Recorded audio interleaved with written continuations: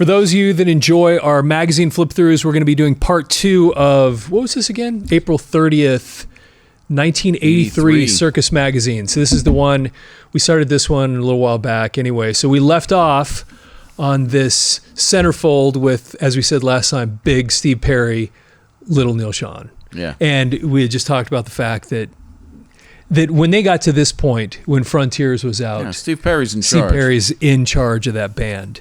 And anyway, so turn the page here. We've got Steve Perry with the slightly shorter haircut, looking more 80s. Yeah. Ross Valerie, bass player. Then we have Simon Phillips over here with Tama drums. Simon Phillips, I believe, played with Toto for a while. I don't know a lot about him. No, but I mean, obviously that's a drum brand that is epic. Yeah, it's been around forever. And it's not just epic, it is the strongest name in drums right there. Oh, sorry, I didn't catch that marketing. That's important. There. Okay, Judas Priest gamble pays off. So here we have classic lineup. This is the classic lineup. And it's so funny, man, because when you said that last time about the pictures, I mean, it is. They catch these guys. And you can tell they're using a flash, too, because you don't get any of the cinematic look of the lights from the stage. It's always ding-ding. Yeah, I mean, but back in the day, man, I mean, these guys are with camera, lens. Yeah, it's true. Sitting in the front row reporters. Press, taking their pictures. Yeah. And you got what you got until you got into the development room and you're checking that out. It's so true, man. It's amazing to think about that. Because today you take 10,000 pictures of everything. I bet I have that many in my phone right now. I heard that joke that Jim Gaffigan said in one of his bits where he said, I have more pictures of my kid than my father ever looked at me. Yeah, right? I mean... it's so funny. But you got black, the black leather, the studs. Yeah. I mean, this is epic. So KK, Glenn, and then Rob. And apparently these guys... we always kind of thought this was kind of the guitar duo, right? Mm-hmm. And kind of these two epic guitar players when Judas Priest, this heavy metal, they had this kind of signature thing that they were, and it turns out they did not really like each other very much. They didn't get along really well. But it's kind of funny. It's so. I mean, he's not even in the band. Yeah, he's not in the band anymore. He retired, right? Well, at least last time I checked, he had KK's Priest. Yeah, he has that going on. But I think maybe retired from Judas Priest. Yeah, retired from Judas Priest. And I think he's part-time now as well. Yeah, because he has, I think, Parkinson's. Yeah. And so he shows up on stage every once in a while. But I think for special events or whatever. He's not in the band, so I know that's double negative. Not. But he's still involved. But like you're saying, it's a working relationship, and I don't expect any of you that have jobs to always love everybody you work with. It's true. It happens to a lot of bands. As a matter of fact, I think most bands, they get to a point at some point where they're just around each other constantly, years, decades. I mean, and with them during this time, I mean, they pretty much stayed the same lineup for a good several while. albums. Yeah. And you would have never known. Because these guys were just pros. And as a matter of fact, I saw them on the next tour. I saw them on Defenders of the Faith. This was still Screaming for Vengeance. Right. On Defenders of the Faith, interestingly, I remember even as an undiscerning kid, they were the most, what I thought, professional band I had seen. There was something about the way they presented themselves that it just felt organized and clean and tight, and I don't know what it was. I couldn't even put my finger on it, but I loved Rob Halford, his command of the stage, his control of the situation, and so they were really good at I guess maybe getting back to what you said a second ago, is business. And we're here to make money. We're here to put on a show. This is our job, and they did a great job with it. And you would have never known. I think from all the things I've seen of them in the past, it was kind of we're here to take care of business. Yeah, And I thought that was and sell albums and promote what we got going on. But I wouldn't say that there was a business sense to them all the time. I do just think that it was They were professional. Yeah, I think that's a good way to say it. I never saw Priest with Halford. Did you see him with Ripper? I saw him with Ripper, yeah, in a smaller place. Okay. So Ripper Owens, Tim Ripper Owens. Yeah, dude, how cool a story is that? I mean, one of the coolest stories ever. I mean, because the movie Rockstar was based on that idea, loosely based on it. And what a great movie that was, man. I mean, that's a great movie. And it had some really cool people in it, too. Cool people, great tunes. Not to get off too much off base here, but yeah. That'd be a fun thing to talk about sometime. Read some movie reviews on that and talk about it, because that was a fun movie. You heard it here. We're doing a movie review, not just music. Dude, there was so much fun about. I loved that. And you know what? I know I have tried to find it streaming. With all the damn streaming services there are out there, Rockstar's not on. Really? Anything. No kidding. No. Okay, but you know what you can find? One of the best scenes in the movie is when he goes into the studio and he sings the song for the first time. Oh, sure. And what's her name? Jennifer Aniston. Jennifer Aniston is standing outside the glass, and he goes in and he starts singing, and he stumbles a little bit. And the guys are sitting in there looking at him like, "You want to try again?" Or whatever. Yeah, and he's like, do another take. And then, at that moment, the guy kind of walks over to her, slides her that drink, and she kind of she looks up at him, and then she looks through the glass and says something like, "I don't know, like this or whatever," something like that. And then the way the music starts right then, that's a great song. Chills. That scene, goosebumps, man. It's one of the greatest movie scenes in history. It's so anyway. And it was Mark so Wahlberg, awesome. Man. Mark Wahlberg's cool. How many? Again, I'm sorry to get on more tangents, but how many great movies has Mark Wahlberg been in, man? And who would have ever thought Marky Mark and the Funky Bunch would be so cool? He is a cool dude. On principle, when he was in, I can't remember what it was, but one of the first movies, it was on principle, I didn't want to like it, just because it's Mark. But then I'm like, dang it. I like this guy a lot, and then over the years I've kind of washed the Marky Mark out, and you're like, I love him. A lot of cool roles. He's just really cool. So there's K-Can Glenn again, and this amazing picture of Rob Halford, it's good, Metal God. Okay, so we have the Kinks. The Kinks. So what's interesting to me about the fact that the Kinks. I remember I think it was in junior high school, and all of a sudden, some people show up to school wearing Kinks t-shirts, like because they'd played in concert. And I remember thinking, because I didn't know what was going on, I remember thinking, the Kinks, I mean, weren't they popular 500 years earlier? And then, not maybe 500, but maybe 20. They'd done, of course, You Really Got Me, but my favorite song they ever did was All Day and All the Night. I know, and greatest, gung, gung, gung, gung, the guitar tone. That's really cool. Greatest tune. Hey, do you remember when we did that? Yeah. We did that song in college? We made up a version of that with this cool bass line. Yeah. Really, really cool. But here's the connection, though. Right around, I should have looked this up ahead of time, but right in the late 70s, early 80s, they put out an album, and they put out a new song called Paranoia, or it was Destroyer, I think is what it was called. Destroyer, yeah. Paranoia, Destroyer. No. But remember, it was dun dun dun dun dun dun dun dun dun. Yeah. They took the lick from All Day and All the Night, and then they repurposed it, and then created, and it was kind of like that was the thing, I think, that brought them back into by recreating something they'd done, because it was like 79, 80 when they did that. I mean, and then they started putting out hits. They were out, Kinks came out like almost during the Beatles, like early 60s, yes. You know? So no, they'd been around forever. But I'm just saying that they'd become kind of irrelevant. Like when they showed up that day, the guy wearing the shirt at school, I was like, "What is Kinks?" And then you go, and then you realize this Paranoia or whatever it was, Destroyer was them, and you're like, "Oh, that's just their old song repurposed." And then they managed to kind of get this career back, and then they're in Circus Magazine in 1983. Yeah, well, they had that song. Just Dancing that came out that I guess was a big hit. I barely remember it, but I do remember it. The song that I like about the Kinks is the one that Catch Me Now I'm Falling. Catch Me Now I'm Falling. Captain America. I don't remember it. In it.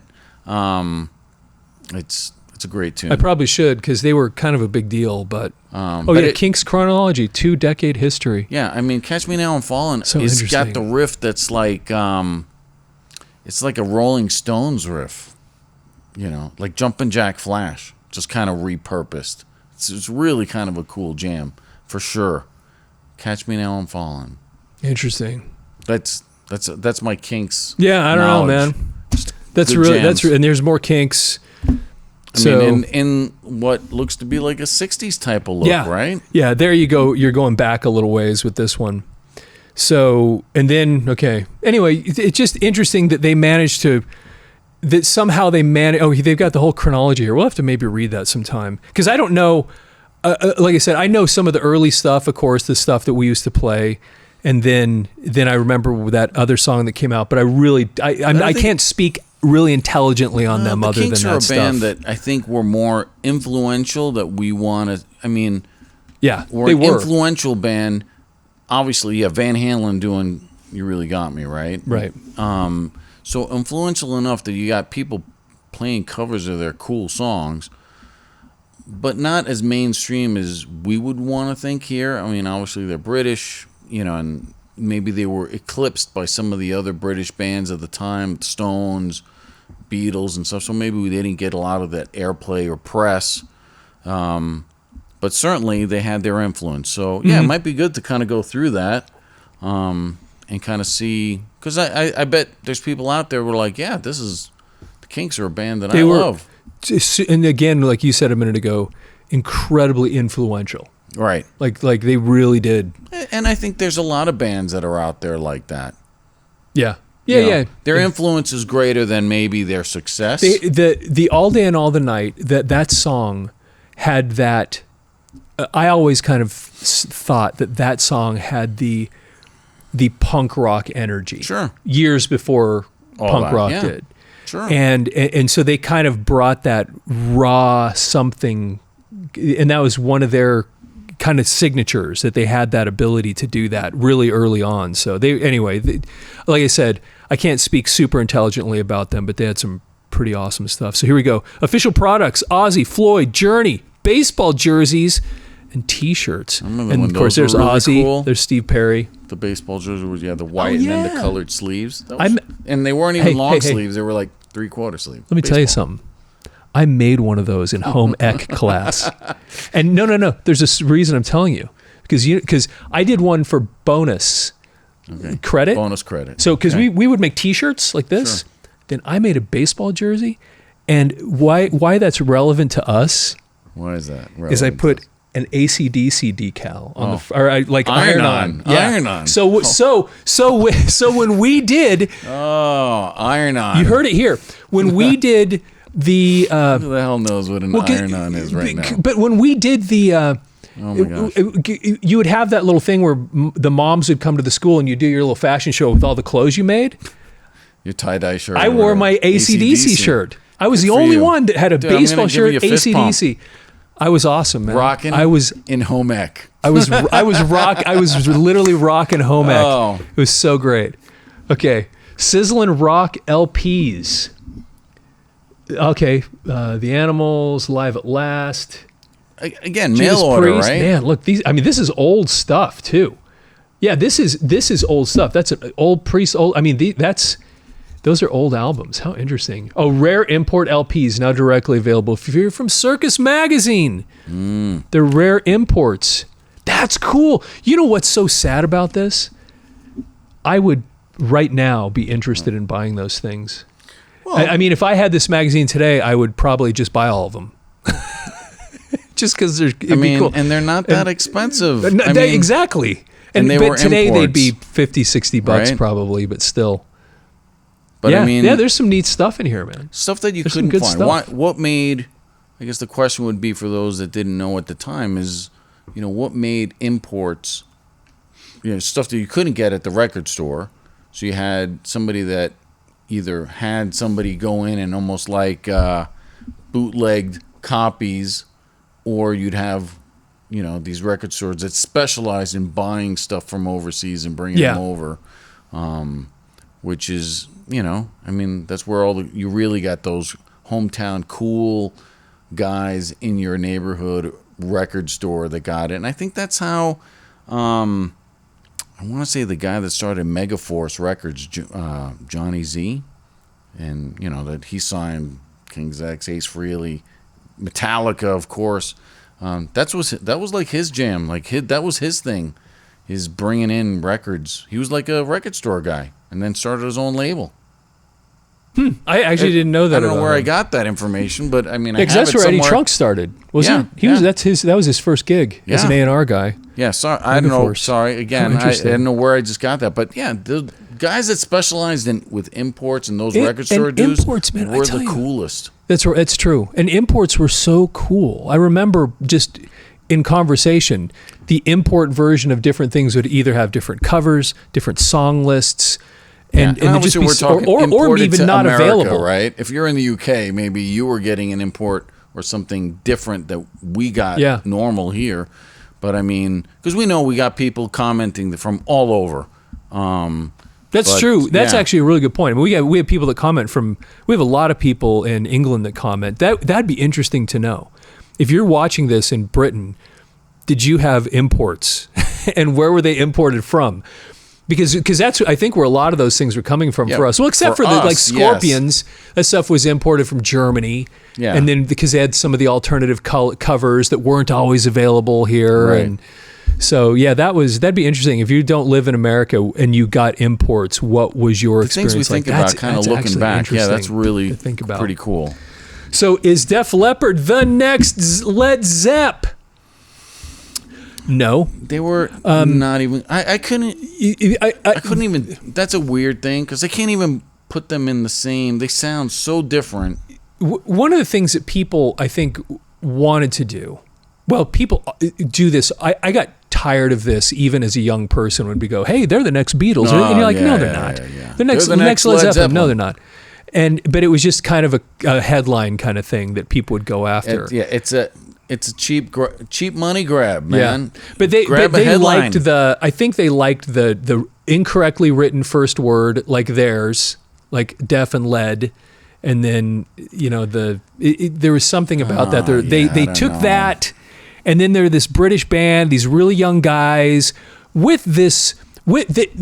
they were young guys, and it was it was promising what Def Leppard was doing at first.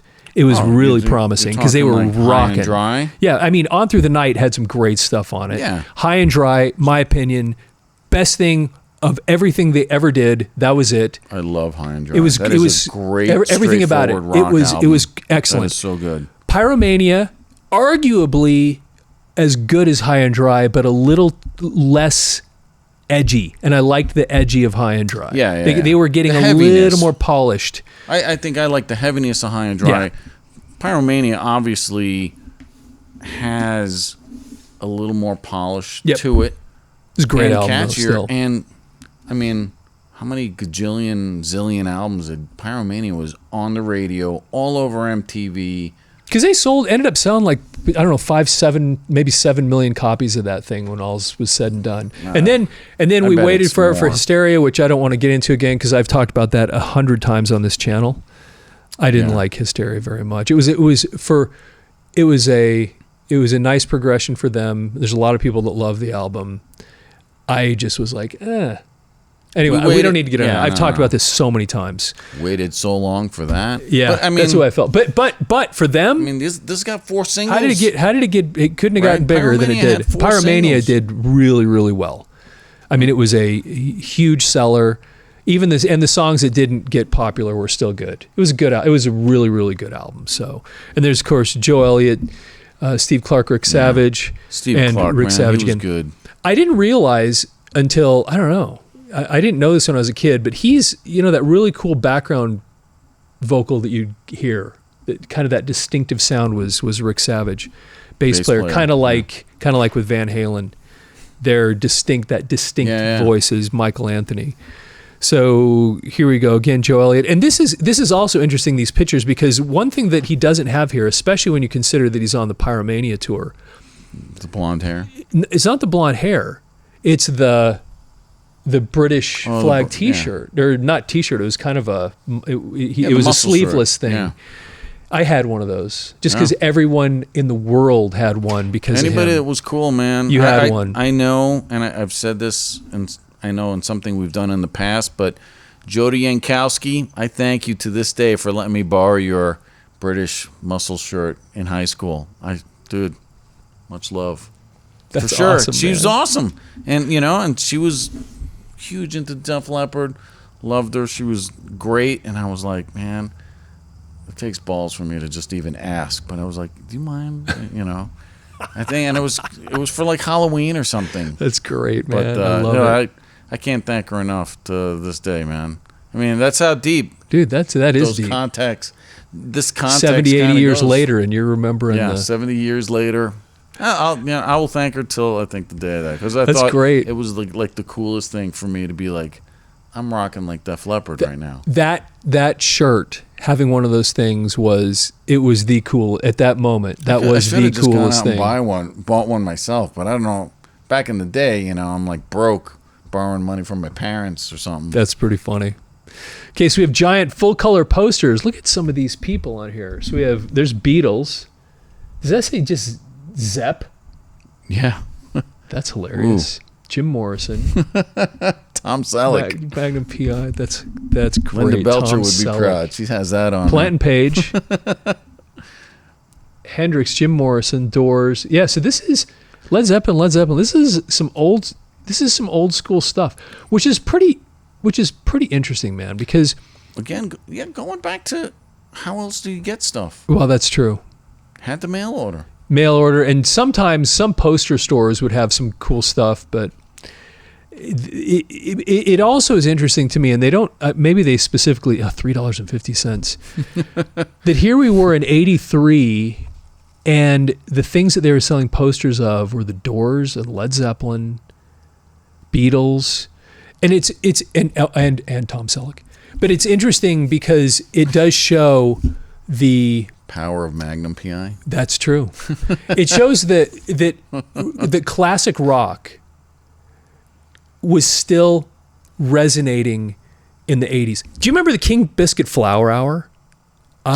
This is so funny. Barely. The King Biscuit Flower, because this was I think it was like a syndicated radio show. It was like a Sunday night or something, and they would play concerts maybe, or I think it was just like King rock Biscuit stuff. Flower Hour, rock you can feel. If you remember this, remind us what this was all about. But I remember King Biscuit Flower Hour for sure. That's pretty interesting. Show. Yeah. Okay, let's so these look like movies. King of Comedy. I don't really remember these. I don't recognize any. Jerry Lewis. Starstruck. And then we have Kicker. Sound Concepts. This is a kick drum pedal. Kicker by Sound Concepts. I don't know. Drummers out there can tell you, right? Yeah, I don't see anything that clues me in on there. I know a little bit about drums, but not enough to know what that is. Swords and Knives for Def Leppard. There's more Def Leppard stuff. Again, Pyromania, AC/DC. They're still on, for those about to rock here. Judas Priest, still on Screaming for Vengeance. Billy Squier. I think we've talked about this before. The first time I ever really noticed the sound of a Telecaster was watching a live concert with Billy Squier with him playing that Telecaster. And I remember, you know what? It's funny. I've wanted one ever since, and I've never bought one. I just remember when he would play that thing, and I think he started playing Lonely as the Night, if I'm not mistaken. Maybe I'm wrong. That may not be the one, but I remember the tone on the thing just blew my mind. It was so cool. I loved the tone. I know that we have... Every time I see a picture of him, I'm like, man, I really want to have one. I've never bought one. I want to say... I know we were talking about the Led Zeppelin movie, but... Yeah. I want to say, like, we picture Jimmy Page with the Les Paul all the time, right? Yeah. But I want to say he played a Telecaster for a long time up until... like through Led Zeppelin 1 and the recording, like he had like a Telecaster. He did have a couple of different things that he used. Obviously, we're not young guys with fresh memories here. This database is old. Got some dust, shaking it off. Not Taylor Swift shaking it off. I know. As soon as you said that, I'm thinking, oh my gosh, I remember that song. So ABC, it's so funny to see them because it was almost like Circus Magazine. They had kind of turned heavy metal, but then they'd put these little things in there. New wave type stuff in there. So ABC, because you had Kerrang and Hit Parader that were more, I mean, you got to sell magazines. That's your business. Yep. So you're going to go with whatever's hot. So I don't blame them, although I couldn't tell you anything about ABC. So ABC, I remember actually one of my favorite songs they ever did. I actually liked them. I actually liked a lot of this British new wave stuff, believe it or not. I mean, I don't need to get on that. But there's a lot of stuff. My favorite song by these guys, which you would know, everybody would know it, came out like 5-6 years after this magazine. It was the song When Smokey Sings. When Smokey sings, I hear violins. When Smokey sings, I nearly forget everything. Anyway, that's them. That's ABC. That was ABC. They had some really cool stuff. One of my favorite bands out of that early 80s new wave era is a band called APB that was out of Scotland. And I mean, they just had like a funky, it was like a 3-piece. It's cool. Anybody knows who APB is, you can comment. Interesting. But, it would surprise people. I mean, my taste became so broad as the 80s progressed. You know, where I started, new stuff available. I started to listening. us. I mean, I was a huge fan of The Cure. I loved The Cure. You know, you probably remember that, man. I got so into Robert Smith. And so, I mean, I remember just your eclecticness of Cure, Cult, Billy Squier, you know, Rat. And I loved Rat too. You know, I was Dawkins. You know, I mean, it's so funny. But that's part of what's awesome about music, right? Yeah, it's true. So it's a great rock reading from Circus. So you've got a whole bunch of books you can buy. There's Iron Maiden, Zeppelin, Pink Floyd, Mick Jagger, Encyclopedia Metallica. That's early, man. Yeah, that's cool. This goes those bunch of books. Classified ads. Here, pick one and read it. These are pretty fun. What's one classified ad? Okay. What does it say? Let's see here. Just random. Okay. Save money. Build your own complete set of plans for a British-style slanted 4x12 guitar cabinet. Send $10 check or money order to DSL Sound in Hagerstown, Maryland. So I guess it gives you instructions on how to build a 4x12 cabinet. Hey, and send $10. Send them $10 and I'll send you the instructions. Here's how I tore apart my Marshall cabinet and I'll give you the instructions on how to put it together for $10. Put it back together. That's cool. And it's slanted. So that is like the Marshall cabinet. It's got the little angle. I was seeing this one, Pen Pals. Okay, go for it. Give it to me. U.S. Pen Pal, send $1 plus personal information to Postscripts 44 Gene Drive. Why? It doesn't even say what it's for. to have a buddy. To have a pen pal buddy that reads Circus Magazine, that likes Judas Priest and ABC, of course. Right. Okay. U.S. Pen Pal. So it's like a database. It's great, man. I love it. We're going to connect love this. Robert John with your buddy Gary over here. You can write each other and, hey, how's it going? Stamp. And you can talk about the only rock and roll guitar strap in the world, Earth 3. This is so funny. Weird. This is so funny. Play lead guitar. But Dwayne Allman learned guitar from Jim Shepley, and this must be Jim. This is so great. Classified. This is so great. I love this so much. Back issues. Hey, don't try to order that one. That one sold out. That one's sold out. That must have been a good one. That one was a good one. Yeah, we talked about that. If you're in the print business, I love this. You got to get rid of your old stock too. You do. We do get boxes of the one. And yeah, it's so great. Right. Okay, so here's Black Sabbath. Okay, this was a weird time for the Sabbath. Yeah. This was a weird moment for them because Ozzy's gone. They bring Dio in. Heaven and Hell, Mob Rules, Live Evil, crash. And then Dio's gone. And seriously, I've listened to the books. I've listened to the interviews. I have no idea what happened with Live Evil. The each side has their own story about whatever was going on with the mixes and the sound and whatever. I'm a believer that the truth is somewhere in the middle. It's probably. But they reconciled somehow, and they put the band back together, 25 years later. But anyway, at this moment, they are adrift. And actually, this was probably right after Adrift, because they talked to Ian Gillan, right, who was, Deep Purple legend, and they said, "Hey, Ian Gillan, would you like to be our lead singer? Why don't we put a band?" And there's funny stories about how they met and hanging out at a restaurant and kind of talking about it, and then they decide, "Hey, we're going to do this." And then, man, the stories of that. So Ian Gillan, when they were recording this thing, apparently, so they rented like a big house or something that they recorded this album in. Ian Gillan, while they were recording it, set up a tent outside and basically lived outside, cooked his food over a fire. Like camping? Apparently, I'm not kidding you. It's the craziest thing. And I think it was I can't remember if it was Geezer or Tony's book, but they talked about it like, as if he didn't really, really want to connect too closely with the band, and because there was. Was it like, you guys, I've heard some occult. It was weird, crap. man. Like, so anyway, I'm gonna stay out here in my tent. So then they put out Born Again, which is actually had some cool stuff on it. I know you liked it. I kind of liked it, and then poof, that's done. It's over, and he's back at Deep Purple, and they're back again. Like, now what? Yeah. So it was an interesting weird time for Black Sabbath.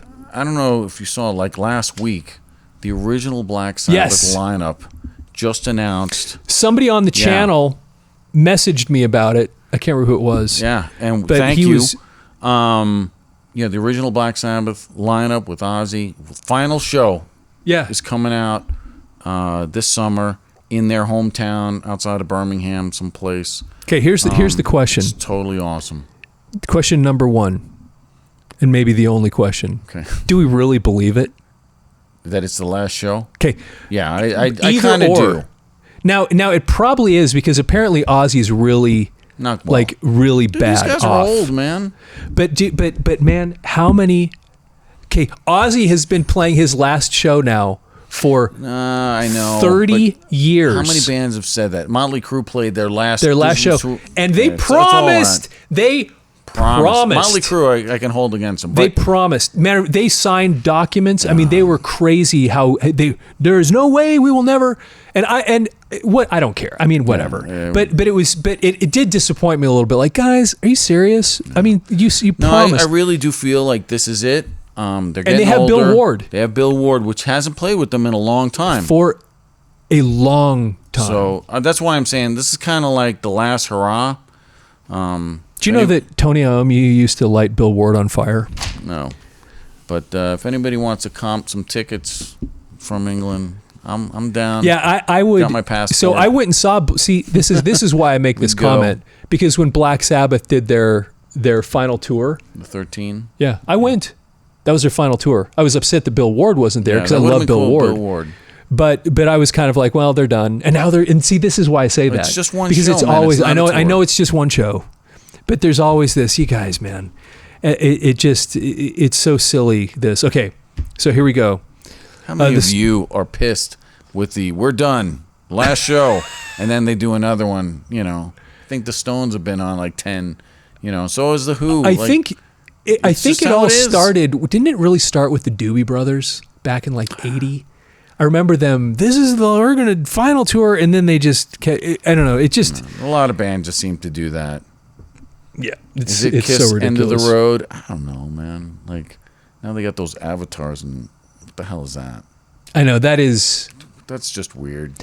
And what makes it weird? I mean, I'm whatever. We are totally geeking out. Whatever as about far that. As all this stuff. But okay. I have to. This is the extended episode. I have to say something about this. Oh. Because when they introduced the avatars, look, I don't care. Maybe that'll be interesting. I don't know. But you know what bothered me is that the picture of them, like they showed avatars? The picture of the heads of the faces, they look so terrible. The one that's Paul Stanley not only does it not look really like Paul Stanley, whoever it looks like is an kind of an ugly dude. Maybe Gene Simmons looks like an 80-year-old fat version of Gene Simmons. And then for the other two, I didn't really look that close. I did. I'm looking at this like this doesn't even look.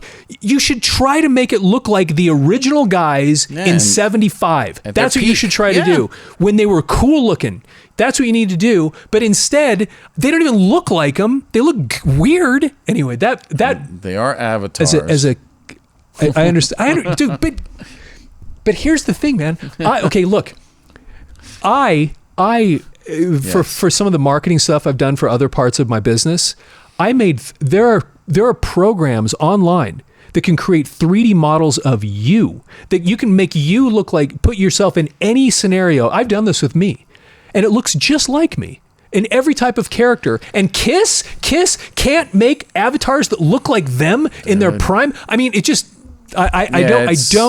technology's out there, man. It is. It's cheap.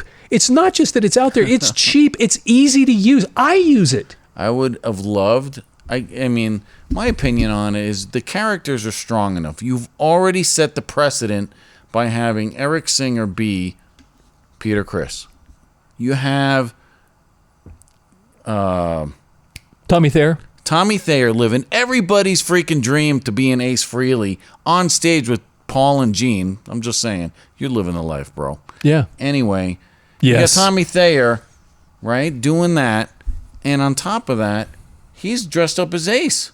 So you've already set the precedent that anybody can be anybody, right? So why not just replace Paul and Gene with? They got two awesomely musical I heard sons. that they might do that. Yeah, why couldn't they just do that? You're dang right. You know, you want to know something? Paul's son, that guy's good. Yeah, he's I think is good. His name. He's got great music. I know. I've actually I've looked him up a couple times. Like, this guy's actually pretty rough. I like him. Yes. I don't understand it, man. Go figure. Go figure. I mean, but you know what? It could be so simple. The way I look at it is like that. All right, settle down. The reason I look at that is like, you know, you got the guys that own the neighborhood hardware store, or, you know, I own the pizza shop or whatever. I'm the butcher in the neighborhood. Does the son want to be the heir apparent to the butcher or the hardware store? Most of those guys are like, sometimes they do, and it stays in the family. And they usually don't give a crap, dude, like the original people. That's just true. How it is. That's true. But come on, man. It's okay. If my dad was the butcher and he said, "Hey, son, all these cleavers will be yours someday," I'm like, yeah.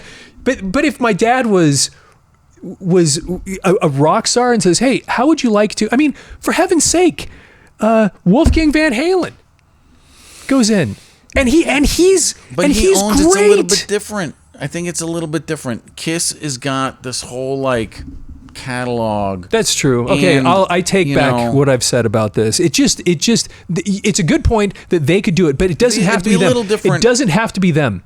You could find, if they would have done it a few years ago, like before, you know, and kind of made like they had the opportunity, I think, to make a transition, you know, after the reunion tours and things like that. I know we are going down the craziest rabbit holes today, and I hope you guys are enjoying it, but this is the shit we think about, you know. I mean, on our spare time, it's like you could have passed the torch to your sons, and hopefully they get along. I mean, they're actually putting a song out together. You know? I saw something on Facebook, the two of them. Yeah, and so you had the way to do it, but I think at some point, maybe that's in the cards down the road. You keep the money, but at the same time, you're talking about a four-way, or now it's a two-way thing where you have Paul and Gene to kind of come together. Now you want the sons to kind of take it over and forget. It doesn't have to be the sons. I mean, they could have done their own stuff. Kiss is. You have enough Kiss tribute bands. You have many Kiss out there. That's right. Kiss is why couldn't you have your sons just kind of business? Do it. I mean, the Colonel died a long time ago, and we still have KFC, right? Kiss is a business. It's the recipe. You could do magic formula. You could do it because they've already made they've already made the chicken. Yeah. They've already made the breading on the chicken. We just need the right guys to play push it. to keep it going. I'm playing not Come saying, On, I'm not and saying maybe that it's a you bad couldn't do idea. it. I'm just saying that it was reasonable, and instead what they do is we get avatars that look like 1990. No, it could have been like what? maybe they hired the Ace stand-in from Kiss Meets the Phantom of the Park to play all the characters. Dude, we got great. another gig. Which for one? You. He had that. He had a few different. Anyway, okay. Anyway, Dude. Sidetrack. Hope you guys are having as much fun as we are, because this is all right. Just hanging out. So okay, Aria Pro 2. Yeah, which this I know is you near love. and dear to my heart because there's one right there. There it is. Yeah. And You've by had the way, that forever. they're great. That's my favorite, 100% favorite guitar. Although these are not 24 frets. That one's a 24. Okay. Yeah. Then we have Adrian Bellew, who was... We said like King Crimson, maybe? King Crimson King Crimson, Knowledge of Electronics. Adrian Bellew of King Crimson has become one of the most original and sought after guitarists in the 80s. Frank Zappa, David Bowie, the Talking Heads, Herbie Hancock. So that's some he's he's a musician. Clearly respected if he's playing with King Crimson and some of those other people, for sure. Okay, Ibanez pedals, infinite effects, Tube really Screamer, cool. Baby. That's classic. 3D green Tron effects there. Aria Pro 2, more information about there. The Hondo, remember Hondo guitars? It's funny, we saw an ad in one of these for Hondo. I don't know if it was a magazine I did with you or if I did it by myself, but I actually asked if anybody had. There's a guy, one of the messages like, yeah, I bought the Hondo. I'm like, sweet, man. I remember going into guitar stores and you'd see Hondos all over the place because they were the cheap. Yeah, they were knockoff. Yeah. Looked like a Les and they Paul. Look cool. Looked like a Fender. Never played one, but whatever. But some of us grew up on a budget. That's right. My first guitar cost like $60. I bought it out of a JCPenney catalog. Yeah. So exactly. When JCPenney sold musical instruments. One guitar. I think they might have had, but that was it. Sears and Roebuck before they went out of business, right? I mean, they sold all sorts of stuff. Okay, so Circus, you can get a Circus Magazine T-shirt. That's sweet. Key points: make sure the amp has a sound you like. So what is this? This is some sort of amp setup. How to choose an amp. This would be fun to read.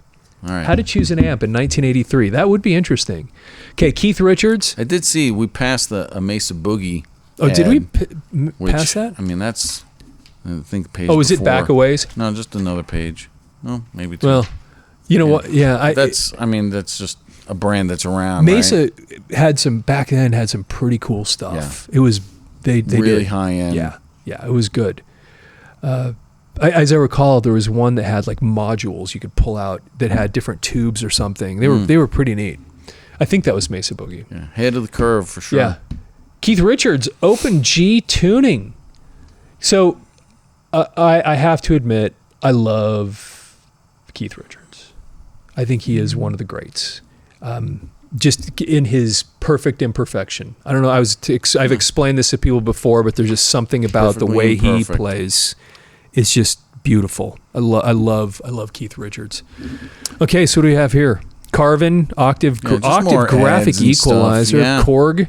They made some great stuff. PV mic. I actually had a PV mic way back when. That was pretty good. Drum rack. How he's got everything. That is interesting. That is kind of cool looking. Looks like you could take it and roll it down the street. Tommy Lee style. Yes. But he's got, the Japanese flag looking thing on all the drums. That is pretty cool. So that guy plays for Pat Benatar, it says. Ludwig, yeah. Dude, how great was Pat Benatar back then? She was ahead of the curve, man. She was awesome. Floyd's Farewell at the Garden.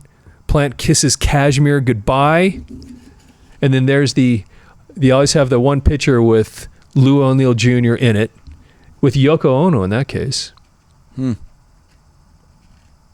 Chrissy Hine. Okay, what is this one? The pure D muscle Gretsch drums. Yeah.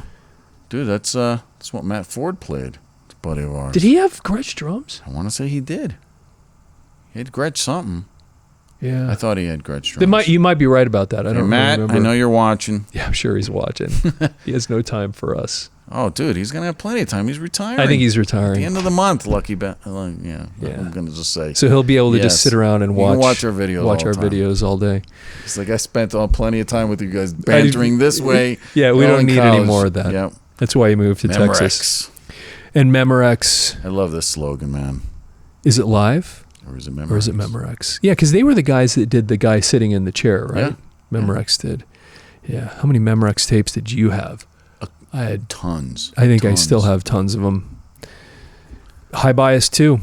Yeah, Type 2 tapes. Okay. Wow. Okay. We just made it through. Yeah, we covered a lot of ground and I guess probably more tangents than expected, but so hope there you guys go. enjoyed yourselves.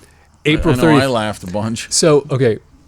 So somebody messaged me the other day, and it was I laughed. I seriously, I don't laugh openly just by myself. I laughed. It was so funny, and I should have got it out because it was so hysterical. And this guy messaged because it was one of these things. Okay. And he the said, magazine reads. Yeah. And he said, my wife thinks I'm crazy. And he goes, she walked in the room, and she says, she looked at he had his tablet. Okay. And she goes, so you're watching a video of two guys reading a magazine. And he says, I looked up at her and said, that's exactly what I'm doing. And then he says she just turned and left. Well, I mean, so it's so funny. I took that little comment, and I was going down to Rebecca's school. Sure. And I showed it to her, and she showed everybody in the class, and because they're all girls in there, and they were all laughing because it was so funny. Anyway, we do. It was exactly. You know what? I mean, dude, I think if he reaches out to us, dude, you should get a T-shirt or something from us, right? That's probably true. Yeah. I think you're right about that because it was so great. Some stuff like that. If you want to reach out to us. Yeah. Yes. You can. Yeah. And actually, you can reach us on audiomover.com. We actually have had a lot of people contact us on there. And we have some really cool things we're going to start doing because we have so much interaction and so many great comments. We're trying to figure out what to do with this because we really want to share some of these things because they're so good. I mean, some people have put details on so many different things, records, concerts. I mean, just it's really interesting and it's really good stuff. And so we're kind of trying to work this out right now because it is pretty awesome.